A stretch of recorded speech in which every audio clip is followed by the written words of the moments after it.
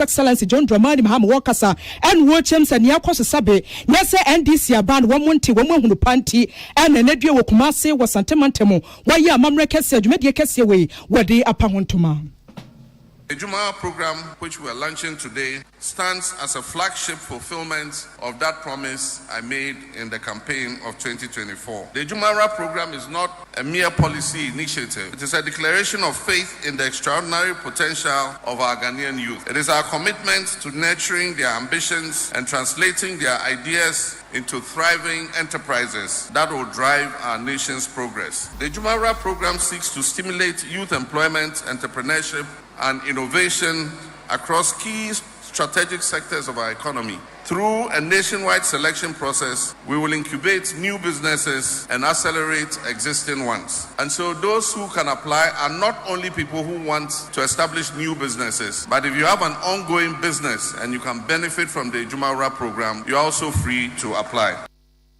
And here you quote a Ghana Mount Penny, His Excellency John Dramani Mahama. Wamanensia, what was church him say, Assembly ye can say, a Jumera Jumedian Yamia Yadom, and my brother told Jassa was for ya wash on my Ghana Sikasamso, Dr. Kessler to bar force and unwater, one in each of my Ghana Mroshabed if Yakon Masika, what they at to John what church him say, a 100 million Ghana citizens, Nasajumedia way, Yadebwe Chika. But let me point out that this program is not like others that were announced in the recent past with a lot of fanfare, but proved to be mirages without adequate funding to sustain them. Ejumara is fully funded with adequate allocation. Ejumara is fully funded with adequate allocation provided by the Ministry of Finance in the 2025 budget. And here you quote a Ghana man penny, His Excellency John Dramani Mahama. Now, Wakasa we and penny for me called Mankabi and Fan Casamaniti when Nipa Cosimo, Edema Santehene, why your mahine was Sumenya. Nana Ochi Kusinchama, one also Casachasa Bino, Wabana Basuye Papa. I see this as another opportunity for us to integrate this youth initiative into the 24-hour economy. Mr. President, by keeping your promise and honoring us with such an initiative, we believe that Ghana is now on the right path of success. And here you quote your mahine your way suminya na now Ochi Kusintrama. When you quote Jinemo Edema Santehene, some way, Salamat Kukwa paint on a boabwa no de bedayen. Na enyumreya na kracha free abankesie mu aba Phyllis Kwachi Ofusu na shebe dwani osan ye aban kasamafo ena nensa ehyasie ni nyina ne se Mampeni John Dramani Mahama ejina amamuo tumi eso Section 17 Bank of Ghana Act 2002 Act 616 said yasisamu anabroni beka se as amended ena weyi owura yere Matilda Santiesiedu say second deputy governor Bank of Ghana. Second Deputy Governor, Bank of Ghana. Ora ira Santiesi edu eka na asemi o chese oye chartered banker and we obi so a waye adwuma pa ache enche bi akra no na oye group head retail banking ewo Access Bank Ghana PLC. Ora ire Matilda esiedu Santia ye kana asemi okra MBA ewo marketing Efrigempa Business School 2021 eno nya sa MBA no ena osan kra MA Journalism Studies. Yeah, no, Efri Cardiff University 2005. And wachi okra diploma binom so free Ghana Institute of Journalism. And no 1997. And afi was association ade kakra de afa politics and public affairs reporting. And also nya International Institute of Journalism Berlin 2000. And afi was ekra we chartered executive banker CIB Ghana 2024 ya ena onyaye. Na we nyina ekasuan hunu a owura yere Matilda Santiesiedu kra wode ebe adwuma foforo ide ahye ne nsa no emu na yeka say de mampani say wabo owura yere Matilda Santiesiedu din say onye second deputy governor Bank of Ghana. Ya tuwa kasi ebwe so edi ni chemu awa nsamfoforo emu. Na Ghana fo nyina beka na omo ahya no so December boss me da toso nson wa fiampino. Ani eduonu na emu na beto ja se Ghana fo ye kosie ni sane be betimi akoto aba. Na abana ye kwa asi ye kwa akoto na MPP. Abanya ate so kyerese breaking date ntini atie bia na wo mu hwe ni mu. Ese wo betimi edi nkunim. Fasi ya ne mame. Ebeba so life and calendar na so ye to aba wie no. Ene nimguase poto na MPP abansa kan yesanse opposition na wo mguso a wo mo kwa ne sa na kwa ba sano ana party mpanifo de atodwa watch se bremu de ha dwene wo hwia sanya campaign ya wo mo ye mantam dunsia wa man Ghana ni ncho so ni ncha asem no mo hwɛ ni mu so o betimi adi nkunim nanso amfa mo mo da form pass ade bi atofom sa no ten ye wo mu chi mantam dunsia sa ne be ya wo betimi adi aseda piesie akwama Ghana fo nyina thank you to wo mo hyase fi partner tena kese mu ewo enkrapompuni mantam ane se ne obi kan na sempo atwa no kwa ekoso na se wani ensese ye ka kire wo na se ne oguso a woda Ghana fo ase na afi wo kire se ne ma pi na akoso ankoso yie utietie nsam na wam se party fo ne mpanifo ne bia ma position no ene adwane ahantan wo ye nsentwe na afra na kokotako 15 kwenya hwe se esi kroma Ghana fo ka kire MPP aban ense 11 no we no happy too much aban fa ma no se hwe kan ka bia memu osa ne de memi ntie mu 11 muchu muta ne betene ye pa me de aba ene ne atie bia fa ngobo no Husembo Temirika kramfa ne ho ni nyina na ekoso okroma ntie de ne anim se ne atie bia no ye ba beto aba de o medwe Ghana fo na so o mo anwe ye ho na mpu atwa ne na asefo na ekoso nti na pani kwankyerefo ya wabene wamanyosemu Dr. Isaac Brako wakasa papa na watchre se na wono wanti ase eye thank you to anasa mokoy se enyoma atutu ni apapa ni asai na asimesi wesu bamboni nti na ebua ka homa party ndi ncho eno ho asam na mokoka wade sansam wegina tudwa na wie bra na wane maami bia makwafo edi nkomo ewo ye kase bopono so wakire mu sem thank you to yi say sam papa mu pa ne de amoa ewo se ye bra party fo na wo mo bua ye chese campaign ya wo mo ye ya ensi ya mfa mo mo no ya pache we mu odu ene de kwa mo se ne be betimi aboa se ne be ya party no ebetimi aka wo ho abomu na ekoba ne se mpu atwa na we ne ka me na we na bua ma party ni di ntwodi a wo se emwa MPP4 ensema Dr. Isaac Brako wodi atodwa ne bi ni Oniaye ya enti na kobase anya fi ekura so mo wi wa batu no mokura enipa ba ko mienu miense betuma wo enti se saafo no omotimi ko ekokire omen so a eso de omoye ma wo mo no ewo mu se ankoyie ama wo mo de enso omani so de omoye yi enti ka wo kodase na wo kodase yi na fe wo ya kwenti se ma mi Charlotte sei oni ne deputy no e na we ne koyi nkran mo na mo wi e na we na wo koyi sei eno no ebe mu sei ene se wo keken sem fa ho anye eno ano no enti yankunimudie na ama no e ho nya dankrofo na se yesua bibie frimo enti next time ye be ahweye no man se we me die nanka me gidi se nta e ho nya papa emu ho nana maami bia makwafo bisa ne senti Dr. Wadamo die ne koba enti a party ni di ncho eno se dwane ahantan jj kra na woto ne bo asikyire mu sei Uri na mi akotintam eno ba sebo mi wi a mesi dan ama usika na odi si dan no nendo o man sika eche no de in fact amwa akosebo de a wa fa usika yi na de na ko man sika yeso ye pa ye ho aje nhunu yasene no na fe sa get a program no so ene ne haircut no obi a wa ye djuma wa din sika kosi pensioner na wo se me de sika no me ye we me yiwu etri a me yiwu fairness top yo jo wo mpe eno so ka ho ntinyama no de na arrogance just be my mentis you let kakra ye di gold o kire ye di yese na sabi o ka se ye masses na amoso o mtu ha motion no amoso sa amoso sabi o mo wadwe wo butrim na onkasa ebre no so a o de be kire wo enti de so mo pagana fo che se ye hu ye mfom so ye nyebio na ke si fo ada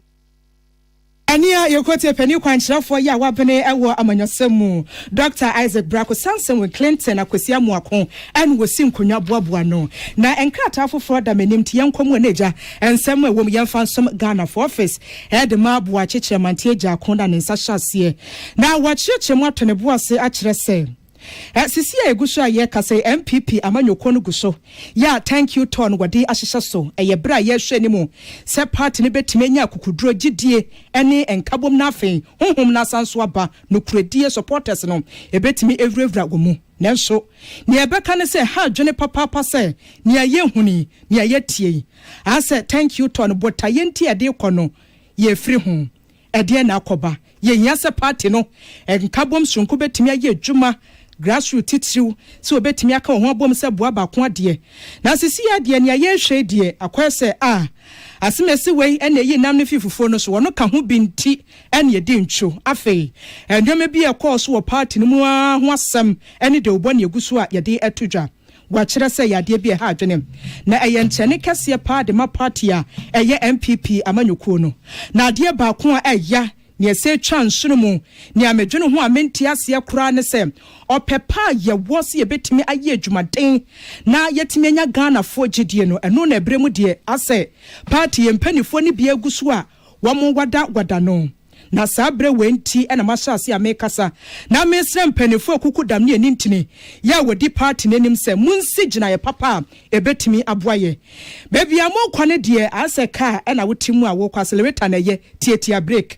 Mwantiatia breki ewo thank you to ne nsɛm wɔ yi a mudi to dwa na ɛbɛha dwene papa ɛbɛko adi etia ye yɛsrɛ mo sɛ ɛba ne MPP amanyɔkuo na yɛgyina hɔnom ɛde ma nkabom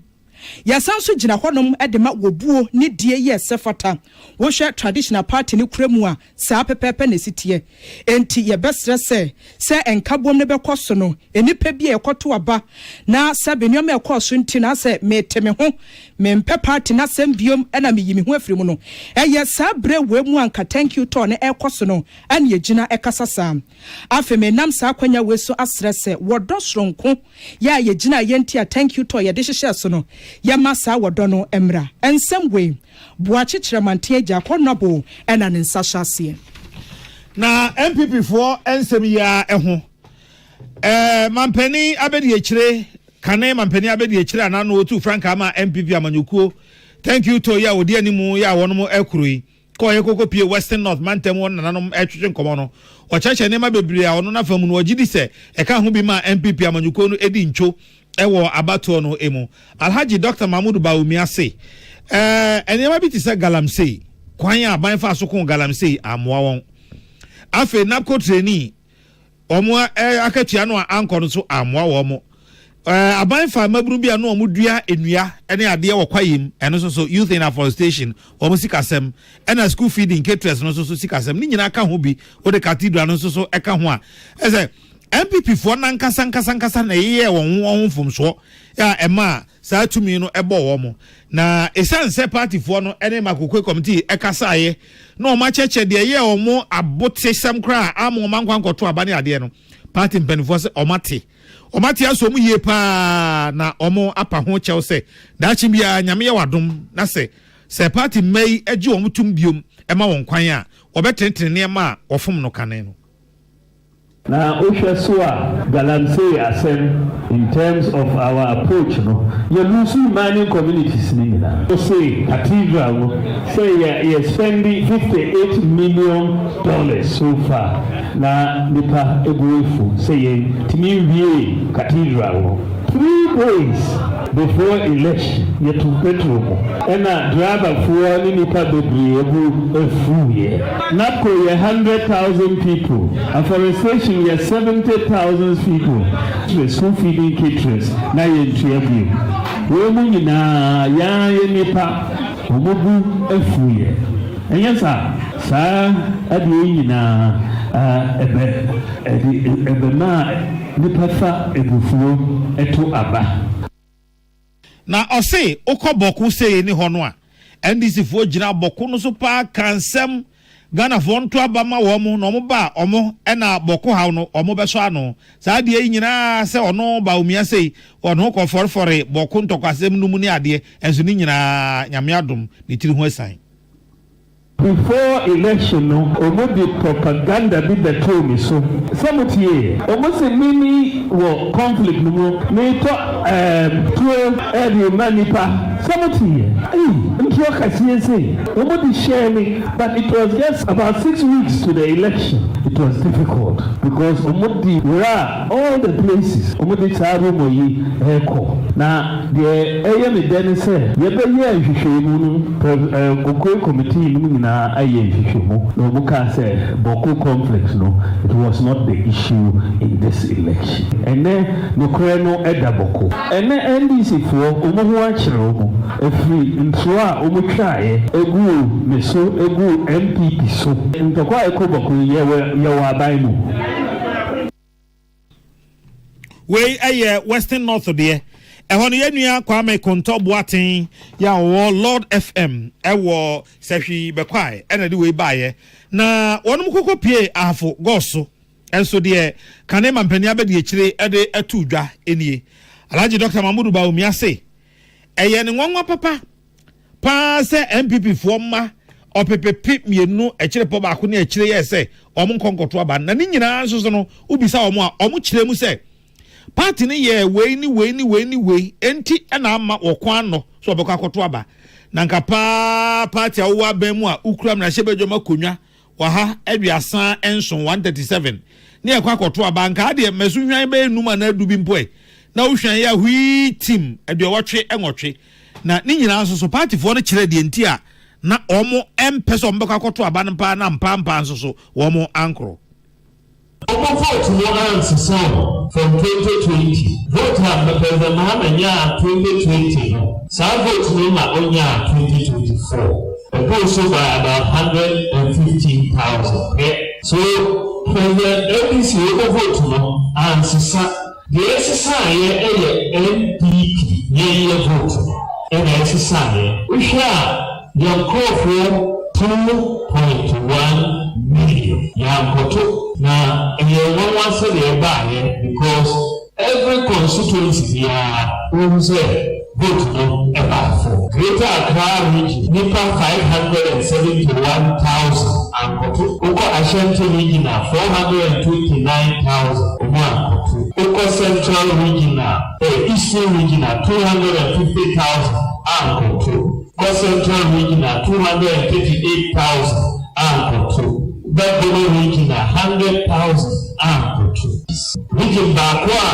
the vote echo so North East region. Where ya kane mampani abedi echire Alhaji Dr. Mahmoud Bawumia osan echire ni enti a ema orusu jitu musa sa thank you to yi obekobie. Enti le say the thank you to ya ni so we show Jumar ye ewo campaign here. Enye adeketwa obia the regional chairman, regional executives, council of elders, council of patrons, constituency chairman, executives, polling station executives, electoral area coordinators, communicators. Mwenye party na ule juma wo campaign mo a Nigeria na po nsumo ye juma. Na ne kwakwa mu Kane Asen Central Emrashe Bedwani Onimonyamfo Kennedy akompreko Japan enso so waka woni a ne Dr. Mahmoud Bawumia prefrankatufo di bre no ho na wonu so kan say sa 2024 abano a MPP fo ekokoto ye Ghana kokoto ye MPP edi enkuguo no o say enema party nankasa ye no na bebere nye we ne atwena sensen yasia china we police station officer constituency regional national ya yin ho on be ne ba bi ntena china ya UF party num ya suspend we sa ne mani nyina ka ho bi ena ema onum edi ntwo na se party ne pese wosan edi nkunimu de a ene agi se saafo ne nyina oto nsafre om na obi anso a wanya party no na se bobia no party ne to nsafre no om nyina ayeko e de akosa e wa afempinu ene aduonu nwotwe abato no emu unity and a betting ama yetinye wini ebi na ekoro ye no Bible kura eshemukina our Mark chapter 3 verse 25 Matthew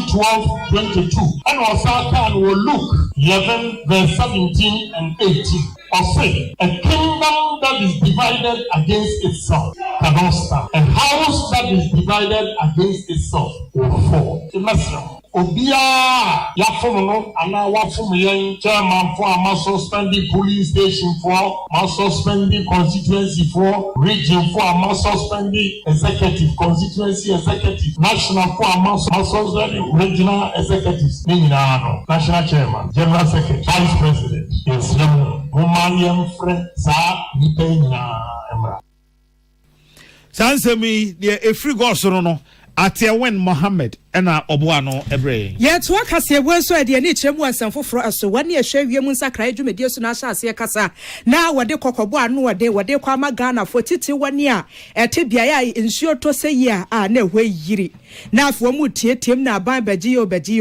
wo mo akire se nyame ya adoma afi we ya yesimu die nsuo no beto pant wani bebi ate no wonim se nsuo to adabre ho na wote ya tuntam ansabre no asom pani kwankyerefo ya wodi ni dwuma wo Ghana Meteo Agency Joshua Saman wode sansem wogina to dwabra na woni peace kasebo edi nkomo wa kire mu se ensuo na ebeto ne se mframa jampantrudu ka ho ayiramba tete entu nim sa bro no ate so na hwanya woni ntina se ntwen ese ensuo ne besi fo mu ansa.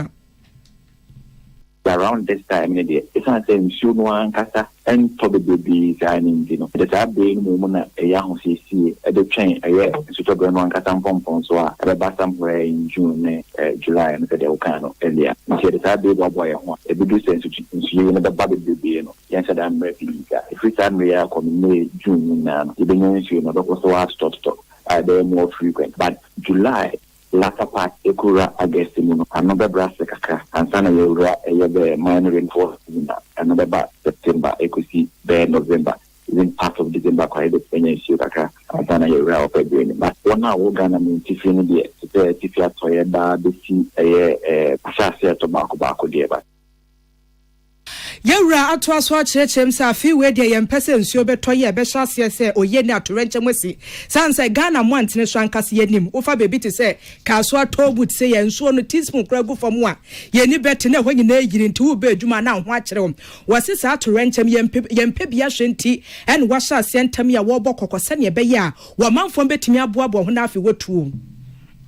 so you know people don't want to die in no etona no den bros baby nti say nim baby na bi on my you that I said an idea you should take a credit per cry no so you be to wo enen sugiri a e dia be check after a while the be free e don't need the free normal for my way nti no pota ka me kan flash flood and me flood na e baby it's at the time in case you one can have to take comate and it's somebody in the can major security national see a flash flood so yeah you know me I be say and I say we too quite fast and I be na upia also that other means to an so na obo time and to no kwanya the first other plan we do na one go share and kwanya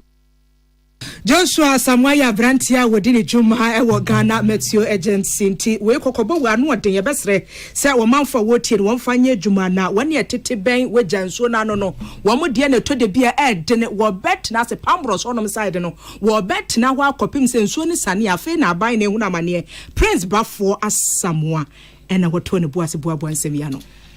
na ekuo bi a ye no Generational Right Protection Society okatachie Afrifa Mensa ene di animu aye ne se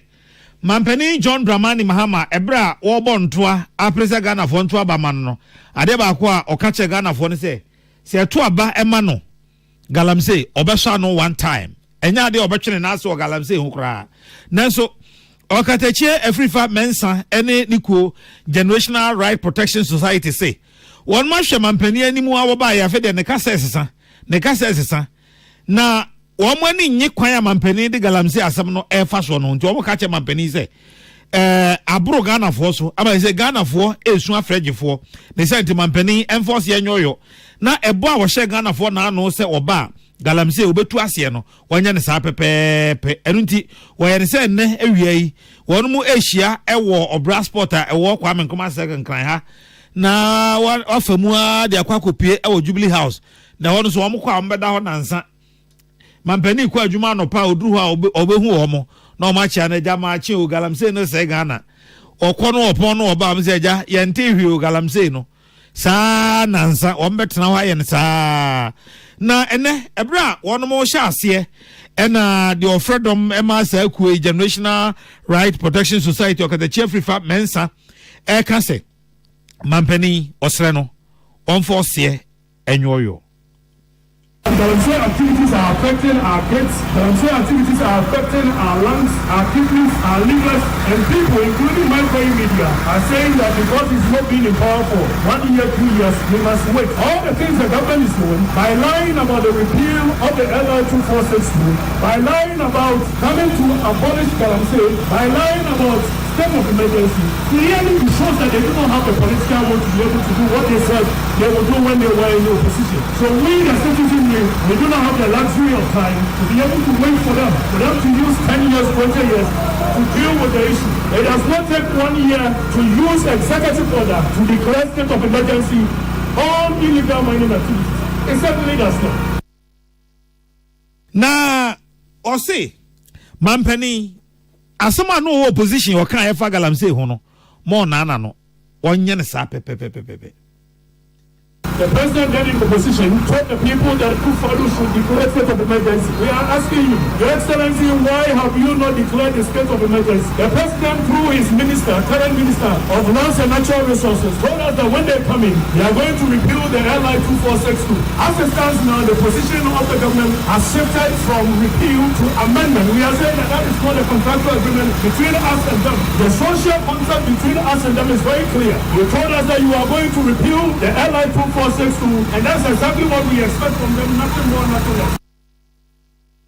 Okateche Afrifa Mensa ene Nico Generational Right Protection Society for ye chere no ena ye no edi hu nkomo na enche ye bako ne akwa ko sen ena ye chere no esi ekọ ye nansa na no Wama shasiya dada oshe ne mrante ne egu ne nchen na obi a wa mesi in action eye Kwame Appiah Kubi Mr Speaker ena yeni nhye de ntwa no so na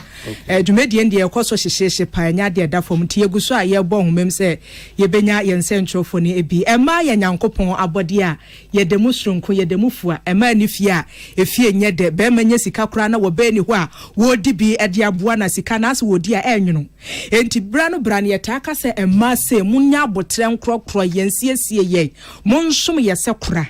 women empowerment dwumedie kese o my Ghana wo so sene be ya ye betimi aboa emma sene bra no odi bre kura wo mugina betimi abemu fefefe ede ama wo mo na ebebe mu saade ama mu ntino wo mo tete ye ba no ehumesue mu nsem sene ye betimi enya dibre ahodo ana sempo no ye ntimi enyi ye yipemu na eno na peace kase bo yato ye bo asiesi mu ntine so na ne Ghana de hye bi edi nkomo bi so mo za nya bia women empowerment na ye ka ho asem no se ma say bia despite media say ni abo gagadin as asimesi wona di breakers we de ahya wonsam ni abo bene wadin wona di breakers we de ahya ba ye de ye kra ya hya ase dada sansa wo hwe deputy news editor say wo yoba tira ye bisa Ghana for say ya na hu hia se ye betimi ahya ma de kutupa em yetimi ekura di bremu ana Ghana for bi adwenkyere de tudwane bia me man ye sin ye kan ma hye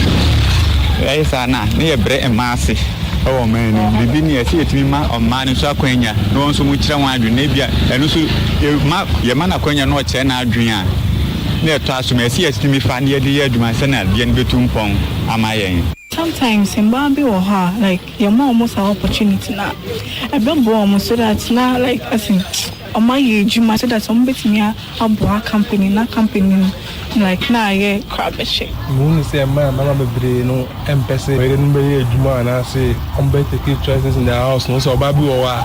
o man that chance and opportunity na so no benya more power ahead of you now I say on no say or control because we more company na ye Jumar na obenya ne pe na obinya on the name of say we or by we be ma de moon say optimism apa dia obeye ena sisi ano so yan penny for no bi wo ho no ma e bia oba akopa adwuma o se Jimmy wood eno ehun ya ania yokoti Ghana for bi wo mu adwenkyere no enim Stella en wo boaboa sansem ya no de bedan Kane United Nations governance advisor Professor Bafo Ajimandua en wo say Ghana ya ba bedru ba bia ase omama no enya manyofo ni bium na yantwentwen so ansane enko demonstration na se nkonkonwese na hositi ewia ya baba Professor Ajimandua na semi eso yenua George osei na odi sa adamu eji George majoy mejo so editor yo na si awo enfa patrol yefi police headquarters enche biasa na the hospital ko yeden patrol police headquarters okatatie every farmers ono na di demonstration nani odu ho no oku ensa o say se dia Ghana for yin sro nyame bi inti yafa nyame asem no na yetutu na se inti no odane no no egunsa na nananom de ombedi na asem ama ogunsa che nananom se police woni bi sha se ne yentimi entu galamse kunase a nananom ene omuheni enteze mo afiri ho bachani tesi ayede ni atre Jubilee House na mo she demo na asifiri hefa yes asefi cycle or Bradford and I yedi ni atre Jubilee House okay na emrante no ba kakra pacho enshada shame crimes are shame crana police for no edos saying demonstrators for Omamba umbedu 20 pacho ya bebru 20 aza pacha okay it won't come George but every time rante no be shia na omo share aprobona say oma ye sakasaka bi omo ni police enya asem bia na bibia tisa so far ne de ye ni obia ni police ni bia enya asem ye na me pass afan we so abogana police for so apaso ewo peaceful demonstration na omama ekoso enei George ya da se bibia ni ayebesen aba why pacho you you George say na yeten kan yanko Kane United Nations Governance Advisor Professor Balfour Agimendua Ose ene Ghana aba bedru baabi a ase omanfo re na hye amanyofo mu no ekofom omanfo re pa hye amanyofo mu ekofom na ekofom a efiri wose ise woni Ghana fo dodo no akasa ase maburu no kura nyaaya na ka amanyofo no kura empi omu nsi baabi na nke fa soja fo nhwe man no so wose Afro Barometer Report 2024 ena eda asasem ye di na ha dwene pa se Afro Barometer for report ba be ka se say maburu enni amanyofo mu gidi abiom na omo pese soja fo na emra mehwe oman so eni na ehuma yen pa don sisa hwemu yi Center for Democratic Development Ghana CDD Ghana ena woyeye na wo se Ghana fo beye ohanchemu aduonum baako won marehye mu a ewo amanyofo mu no kofom na omo gidi se soja fo ene betimi ahwe oman no eso ahwe ni yi na no ena Professor Balfour Agimendua say enya sem papa mo man no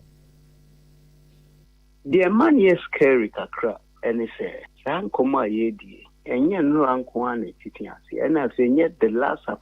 Afro Barometer report like so far Afro Barometer report since 2010-12 Banoa the man who ni say enwe be sa survey biano na Ghanaian support for democracy can be mamin can be amamre no na esote na say wo so ayesi military rule so na so ekoso ti sa trend na o hwa na chese ane ebuni be ka se trend na ekoso abasa na se mo besi emmom yenhwe se yedi no ma betutu yie ansana abaye scary abaye adia se de abaye problem amaye Balfour Agimendua say esese amanyofo nso so omuhwe bibi firi saa ensem bi sei emu esanse omo e na ama mabura rehye ekofom no etu fu no antia obi kan bibi sei ana odi atut if we say the politicians no oma anhwe yi na power die I see di to me near de ma ye di sika when say enriching themselves your policy dia sabe and so amanfo nyane begin says see wom or development crow begin say be on region there crampo ye nhwe ye ni ade sa nsensem am fan 2 year na ya hye that said you say your politics ni ya and maybe bench amanfo kwa betata ne suja for samra bi na no de obi ampe sa report e ko ho asem or say politicians no quickly no omutimi edi no matutu ye no the way they behave no ye hwehwe ni na mu ne pe kwampa bi ye de democracy no efa so ne krakra mu prof Akan say Ghana fo a omo wa adwene sa na obi anto sa adwene no nto ba bi enya adwene papa na baasomfo na mampani ayi omasi wo say omo hwe mamra no na de enye wo mu yensa kira no omo mfa omo adwene kyere enkoma sa committee no Mahama nso wa chi committee bi a omo review constitution no omo adwuma no koso isa committee omo fitting assess ye call register ko tietie nsem a o se nyina de asema o se nyina ye gitum na ne ye mpane ka because democracy no the best sanka cross ye be amendment ni nyina gina say the constitution no etia be ka se ye mpane se ye pele se so mo ye report no mo hu nia ha manfo adwini enti at least President Mahama why dey say o sa committee no watia omo ye omo adwuma enti sa committee na se mi mani da so say omo ye omo adwuma wi a esisan ya o say eba ombetimi de recommendation bi aba na san sisan ya ye hwehwe abam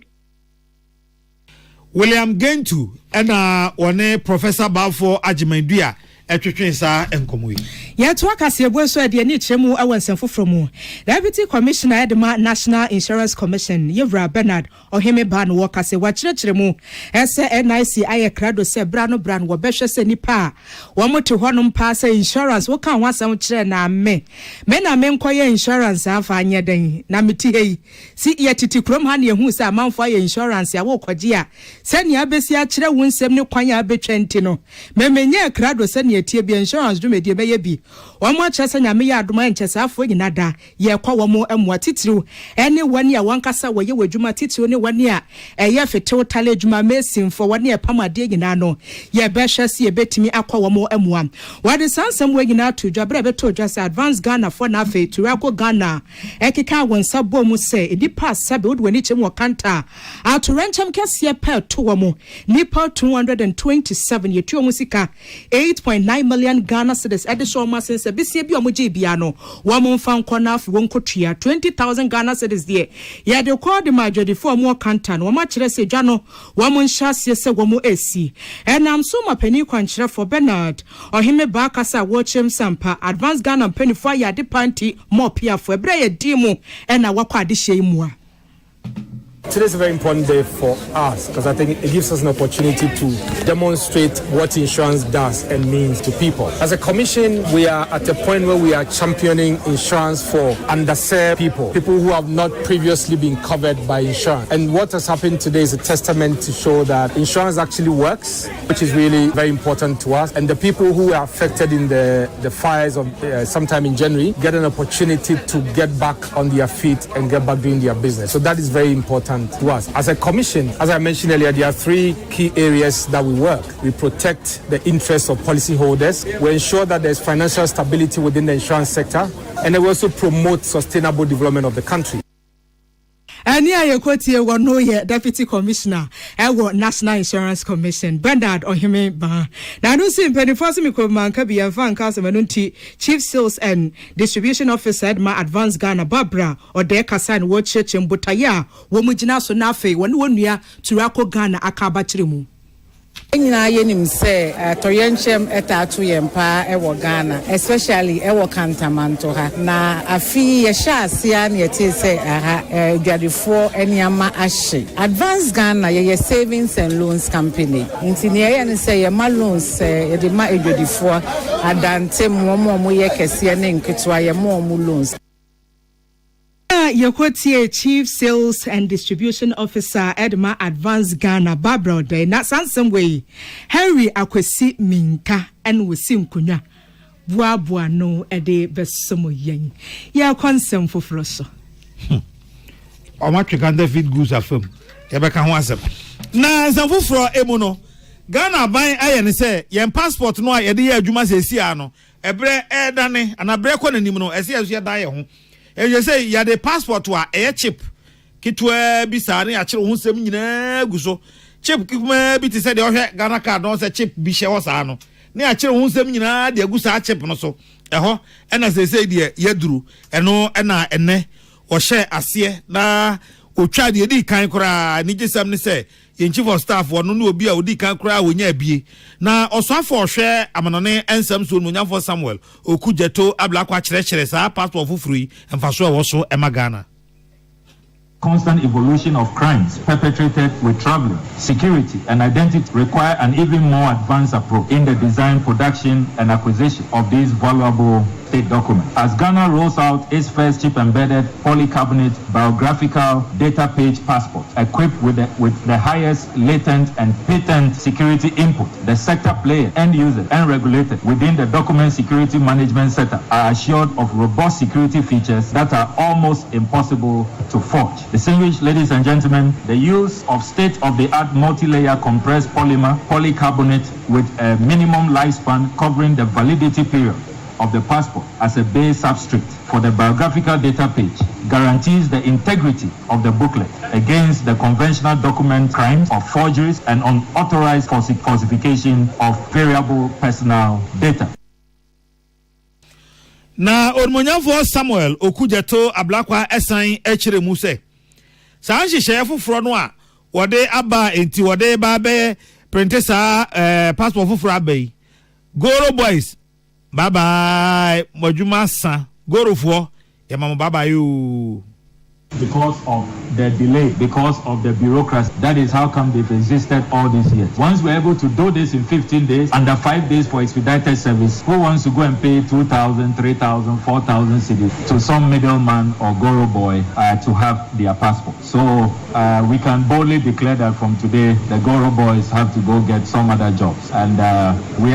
are ready to recruit them. If you want to be dispatch rider to help us deliver or to work in our 24-hour operations, we are ready to give you a more, decent and a more dignifying and legal job, very legal. And you can proudly identify yourself that you work with us at the Ministry of Foreign Affairs, not hiding under the shadows as a Goro boy, a job you are not proud to declare. Our son can say, Asena and she says, Mampenda John Ejekum Kufuor, and Afe. Nana Adodankwa Ekufuado so enedua ya na omampani John Dramani Mahama womo edu on de ebekwa koma womo se be yomo so ensa ebeka bie. Ahead of today's event, we have ensured that the current president, His Excellency John Dramani Mahama, has received his chip-embedded passport, and he says I should confirm to you that he is very, very impressed with the chip-embedded passport, and he has quickly discarded the old passport. He is so much in love with the new chip-embedded passport. I can also confirm that former president, His Excellency Nana Addo Akufo-Addo, has also received his chip-embedded passport. And later today, we are making arrangements with former President, His Excellency John Ajekum Kufuor, to also take his features and hand over his chip-embedded passport to him, so that all our presidents will have received their chip-embedded passport by close of today. We want everybody to know, the president, former presidents, and indeed all of you are esteemed guests, to know that we are really ready for this rollout. Now, the Krakramu Chief of Staff, Ora Julius Debra, Wano ene otitro ya ordinary munyam ekokota adwumadie no echi ono so ede nanoto asem no mu bi. To a place, and as I heard everybody talking, that this process has been rolling for over 10 years. All it needed to be done was one person to grab the bull by the horn and say, I challenge the process, let it happen. The second thing I want to talk about has to do with being very innovative. And I felt so happy when they said they form a collaboration between the Passport Office, Ghana Post, and a few other institutions. I don't think it's been written in any manual or book that form a partnership with them so that passports could be delivered to applicants right in the comfort of their home. And I thought we should acknowledge that. The last thing that I want to talk about is all my colleagues that have been privileged to serve at various institutions. We should always let common sense prevail. Be very practicable, be very innovative. That is what brings progress to governance. On that note, I duly launched the embedded passport today. Thank you. Thank you. You're Julius Debra, Yawoye Chief of Staff, and Yete Nenken, Sansemi, William Gentu, and Obuano, MIA, Eno, and Yejina Sona, Yahume, Kasebusa Jabwa for Grato, Ebeba Sesia.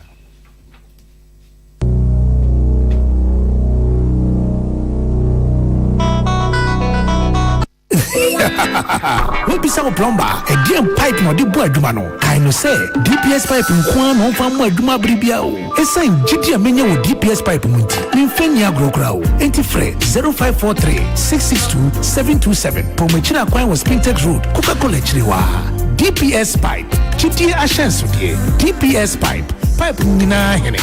Happy delightful June. Swachulala, chichi soso. Afrana pa. Epekwashu breakfast and was in woman. Don't happy delightful juice against with toast, cereal, and even them cool. And we a bread and fifi. The most free Jimmy. Happy delightful juice. One of what? And you be here. Happy medical relaxing way. Swano when you're. Let's say what a tremor.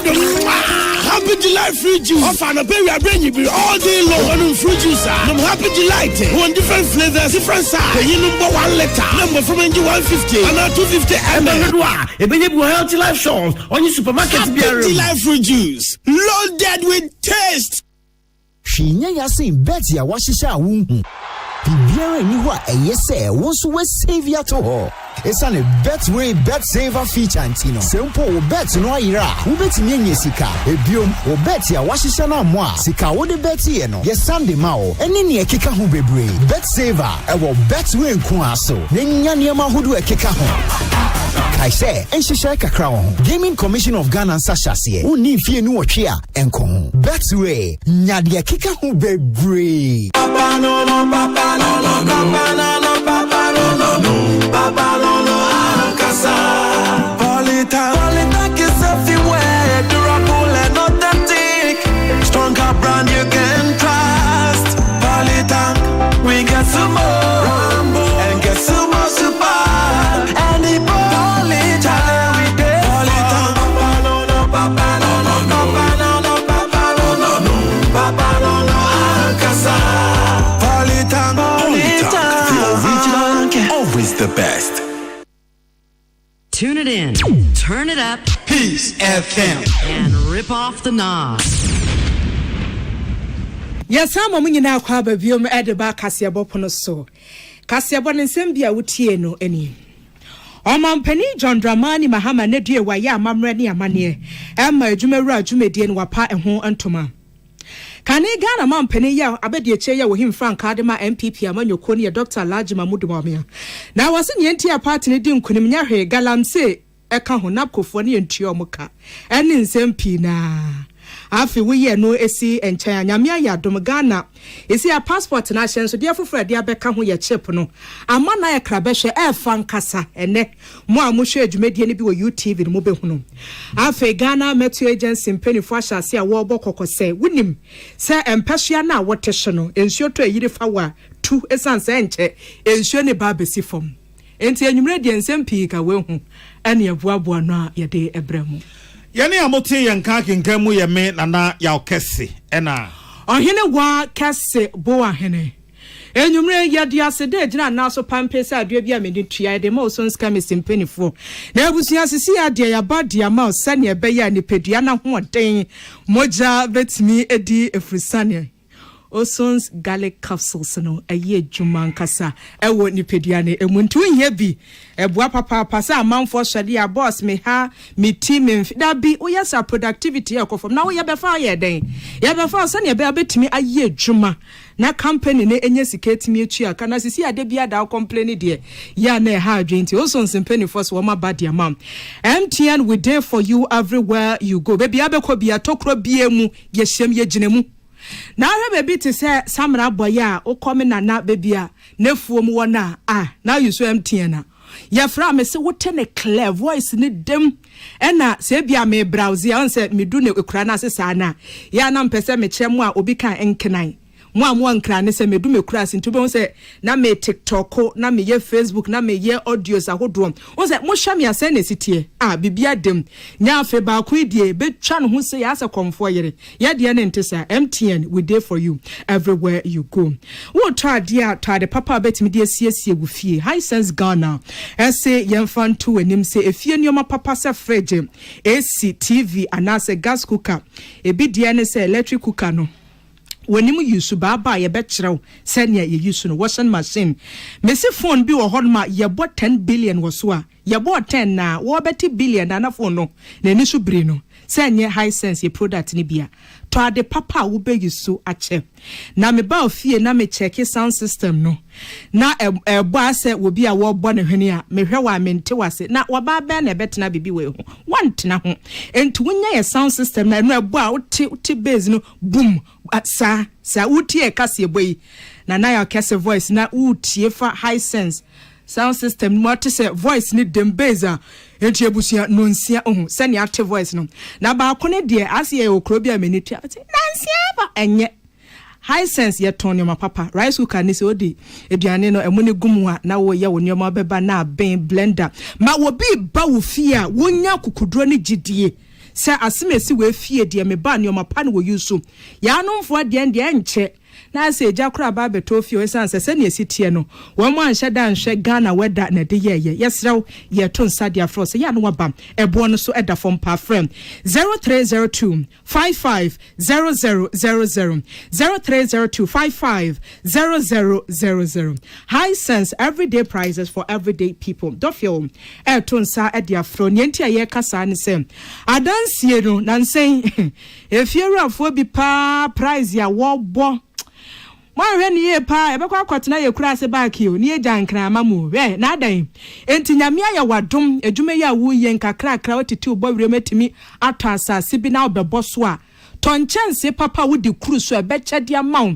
ba ku se won se na anu ya na nsuo ye se e betoi e mofre na atia e kwadwo wan be yi chance ni sia nkwade na abre chance ya eya ekuru dan so a wo da ase a asa wo hye phone mu heat ye bowo pa anya de da fom to da so yusu sanche enya papa wo brana beto papa na enu se no yesterday environment no se bia wo tebe empona no ne ye hu chance ye de be ma wo kuru dan so ya create me sa be try estimate de mam ne ya bosso de amatitiri ne se mo amusika fa controller enchen no na enu wo de afe ba kon ko be se mfirihia miensa na wo de atua wonya ne ye yama dofiofo ne ye wedi ama wo ye dom nti ye nim se ensuo to but from ye dene na ye gimutum ye temasente ne ye sebra na ye nye we nyina ye mfama estimate ne se mesi ye yama kwa nti ya na waba ebusua hwehwe ye chi akwan wo East Legon ye bem Trinity Theological Seminary ye wo Allied Force Station echi number betimi afre ye siso no ofre ye na we nya ya koso fre ya na se wo de text ye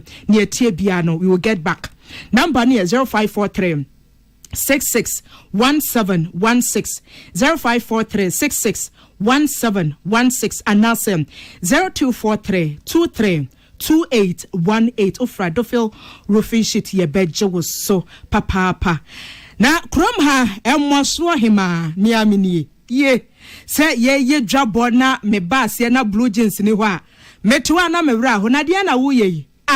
na program etiso de bia say ya mini KB ye hia wo aho aha ye di nkomo ani ye hu senia blue jeans energy drink no senia manfo no mu a energy ahoden ya wonya vigor vim odi ye adwuma na obi ate o se awrade ababa wa brantie na no ate senia wo ye adwuma ba ma de ka wan sori anopa wo koye adwuma no wonya blue jeans energy drink bia me se wo bu adwuma se ya ebo ma timi bu adwuma demu ni nyina wo mre Shannon, wo boy the money na ma de che wo mre eye budget cash and carry penny for ene ye kofa buy no na yenim Ghana for system ne se ne sitie enti nutrient ahodo vitamins e boa ni pedua na hoode be mu ye de ne pena no ma wona ye ba adwama so ache nya papa nka Ghana for ka munyi ntum ye ba ya na agri na mechia enwumre 20 years nie na wa odu na nanche kra kwanya na no kasa aje ofel so na ne ba kebi no be kasa kra tim se won tokra beto vitamins B2 B3 B6 B12 ni nyina agwomu tori ni gurana ni nyina agwomu binti eboa ema ni pedua no timi gina na so ye de ma ne mema budget cash and carry any cover buy no friend 0208128190 020812 8190 anasem 0550 010000 jumedie biase ebusua tonsa freye na yemfa bi emrew eye engagement wedding and nase from Raoul's Pharmaceuticals say winim se wo your bar oba die so nim nya me kire e wo se wo siesie ho na wo your besima nye makeup na watwi ni menkase makeup nye ni nails da bi menkase nails nye but oba de se wo your complete woman na kire se na naka ne chow so na wo ba everyday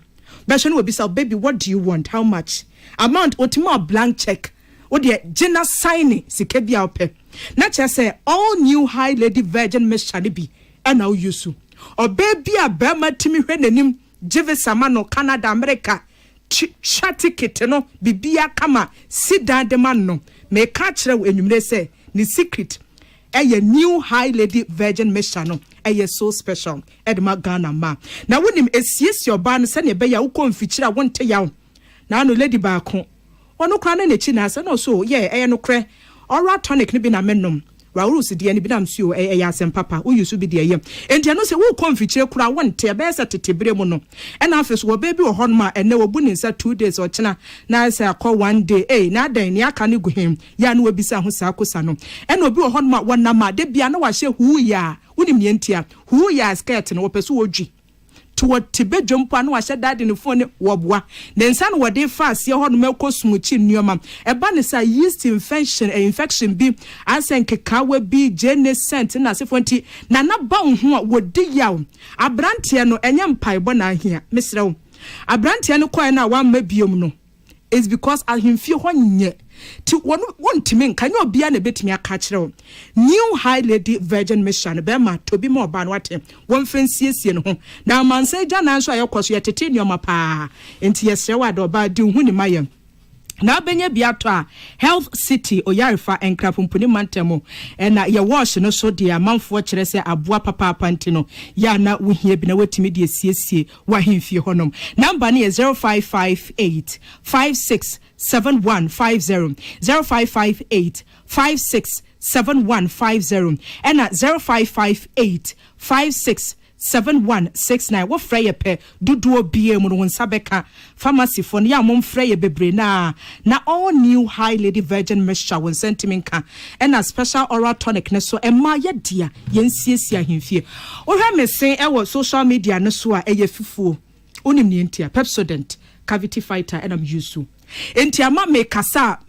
kukuduro mo me ben wa na me ben o say Bible say emfia no konkon mitimi ye because me mfere ho because enum scent no bibia koye na obi wo ho no mane de no enwo kokko ni garlic scent ni ade na sen no sen yesi aye no ni ti awatwom ne se onya Pepsodent no utwitwi na nopa ene anwumre eye concentrate e wotachireba no so twi ho nyina kama honom na ya na enkantage na nyesa ubenya halitosis yade ne bi ya na wa frem 0800200330 o frey sisi a wonsa betimi akabi ato ya boase akeka ne mapade abom ne aye ebi ti se eye charcoal say bidie ene lemon enti aboam wonum eye kama pa dofo mun yusu bi emfia no no ene twetwe enioma de ba every smile matters nya me dey sorry so your henry spices no spices abedwa ma so dos ebi o hono artificial flavor wom entu yusu a aso penfo ntoso o yusu ase school feeding jumedie wo kromas anyway ya but ye die we no ye hu se Ghana fo se ne anuane die sitie se bia wo ye stew ana se nkwan jollof rice beef ne spaghetti na se fo na ne nyina no henry spices ne bi ena obehia na etimi aboa ya se dakra ene de shom Ghana fo enti goat ana se shrimps ne beef sauce and seasoning any fried rice ne jollof rice no nyina na ebusia ohene spices and now over here na wetimi ama abravo aye de ba no sa ba mani didi de mu nyina wo mre na chop money no wotum de mount 0207805398 0207805398 and 0244525908 the one kasa entino maunsanka biadita man sisi an yagia tumse ohene yere spices net so wa mo ye aduane